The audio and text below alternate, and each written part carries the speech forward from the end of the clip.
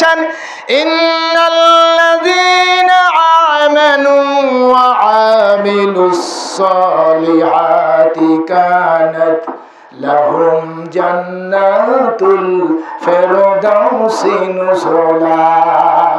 এই নির্দেশকার আল্লাহ বললেন, যারা ঈমান এনেছে এবং আমেল সালেহ কাজ করেছে তাদের মেহমানদারিত্ব করাবো আমি আল্লাহ রাব্বুল আলামিন জান্নাতুল ফেরদাউসের দ্বারা। পড়ছে আল্লাহু আকবার। তাহলে ঈমান আনতে হবে কার প্রতি? কথা বলেন, আল্লাহর প্রতি।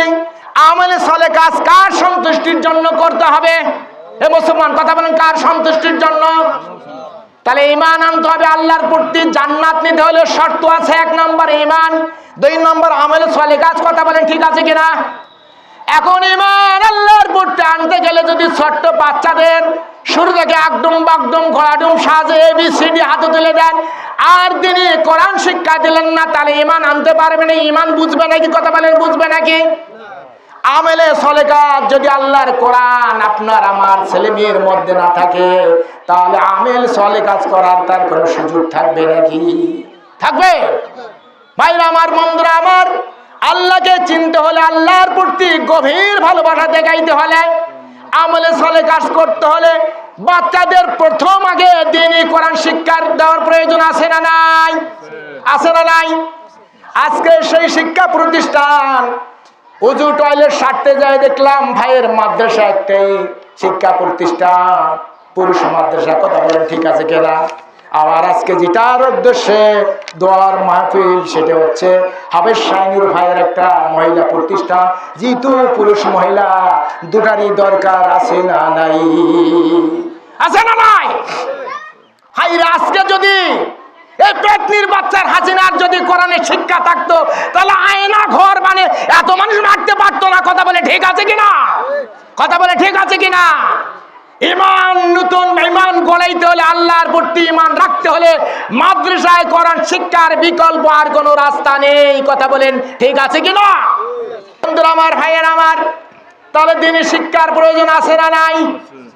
আল্লাহর নবী বলেছেন, যে ব্যক্তি এই কোরআনুল কারীম শিক্ষার জন্য ঘর থেকে বের হয়ে যায়, আল্লাহ রাব্বুল আলামিনের নবী বলেছেন তার জন্য, আল্লাহ রাব্বুল আলামিনের হাবিব বলেছেন তার জন্য জান্নাতের রাস্তাটা বড় সহজ করে দেওয়া হয়। সুবহানাল্লাহ। আরেকটি হাদিসে এসেছে, যে ব্যক্তি কোরআনুল কারীম শিখলো 1, 2 নম্বর কথা তার স্মরণে রাখলো, কি করলো? স্মরণে রাখলো, ভুলে গেল না। 3 নম্বর কথা, কোরআনুল কারীমে বর্ণিত হালালটাকে হালাল হিসাবে চিনলো, জানলো, মানলো, হারামটাকে হারাম হিসাবে চিনলো, জানলো, হারামটা মাইনাস করে ফেললো। কোরআনুল কারীমে হালালের ব্যাপারে বর্ণনা আছে না নাই? কথা বলেন, আছে না নাই?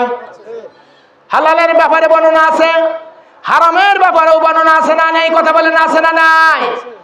যেই ব্যক্তি হালালটা মানলো, হারামটা মাইনাস করলো, হালালটা গ্রহণ করা যেমন আমেলে সালেহ কাজ, হারামটা বর্জন করা এইটিও আমেলে সালেহ কাজ। কথা বলেন, ঠিক আছে কিনা? আল্লাহর নবী বলেছেন, ওই ব্যক্তি জান্নাতি, জান্নাতি, জান্নাতি। সুবহানাল্লাহ। শুধু তাই নয়, বিশ্ব নবী বলেছেন, ওই ব্যক্তিকে বিচার ময়দানের দিন আল্লাহ রাব্বুল আলামিন তার সুপ্রিম কোর্ট থেকে একটা বিশেষ পাওয়ার দিবেন এবং আল্লাহ রাব্বুল আলামিন আনন্দে ডেকে ডেকে বলবেন, ও কোরআনুল কারীম তেলাওয়াত করনিওয়ালা বান্দা বান্দি, তুমি নিজে কোরআনুল কারীম শিখেছো এবং তার স্মরণে রেখেছো, ভুলে যাও নাই। কোরআনুল কারীমে বর্ণিত হালালটাকে হালাল হিসাবে জেনেছো, হারামটাকে হারাম হিসাবে জেনেছো, তা বর্জন করেছো। শুধু তোমারই জান্নাত দেই আল্লাহ রাব্বুল আলামিন আর শেষ করতে চাই না। তোমার পরিবার থেকে এমন 10 জন ব্যক্তির নাম আমি আল্লাহ রাব্বুল আলামিনের দরবারে তুলে ধরো, যেই 10 জন ব্যক্তির অপকর্মের জন্য জাহান্নামের শাস্তি ওয়াজিব। আমি আল্লাহ রাব্বুল আলামিন তোমার মুখের সুপারিশে আজকে 10 জন ব্যক্তিকে জান্নাতের রায় দিয়ে দেব। করছি সুবহানাল্লাহ। মায়ের আমার, আপনাদের অবদান ইসলামে অনেক বেশি, অনেক বেশি, অনেক বেশি। সেই আয়াত আমি তেলাওয়াত করেছি। মা সুমাইয়া তিনি ঈমান আনার অপরাধে ও মানুষের কাছে শহীদ হয়েছিলেন। কথা বলেন, ঠিক আছে কিনা? এগোবার চেষ্টা করব, দুটি কথা বলার চেষ্টা করব, তার পূর্বে আমি উদাত্ত আহ্বান জানাচ্ছি, এই দিনই শিক্ষা প্রতিষ্ঠানগুলি দুনিয়াতে যত বেশি হবে তত মা বোন ভাইদের শিক্ষার ব্যবস্থা কমবে না বাড়বে? আর যত বাড়বে তত আর আয়নাঘর এই পেতনির বাচ্চার মতো বানার সাহস কেউ পাবে না। কথা বলেন ঠিক আছে কিনা? মায়েরা আমার, উদাত্ত আহ্বান জানাচ্ছি, আপনাদের মার মতন একটি সন্তান, একটি মহিলা সন্তান পেতনির বাচ্চা হয়ে অনেক মানুষকে মেরে এসে মামুর বাড়িতে দিল্লি চলে গেল। কথা বলেন ঠিক আছে কিনা? আর আপনাদের একজন মায়ের সন্তান ছিল, সুমাইয়া ছিল। কথা বলেন ঠিক আছে কিনা? মা সুমাইয়াও ছিল, এরপর খাদিজাতুল কুবরা ছিল, আয়েশা সিদ্দিকা ছিল, ফাতেমাও ছিল। কথা বলেন ঠিক আছে কিনা? কৃষ্টি কালচার হচ্ছে শিক্ষা, যেমন শিক্ষা তেমনই ফল বাচ্চাদের পরে হয়। কথা বলেন ঠিক আছে কিনা?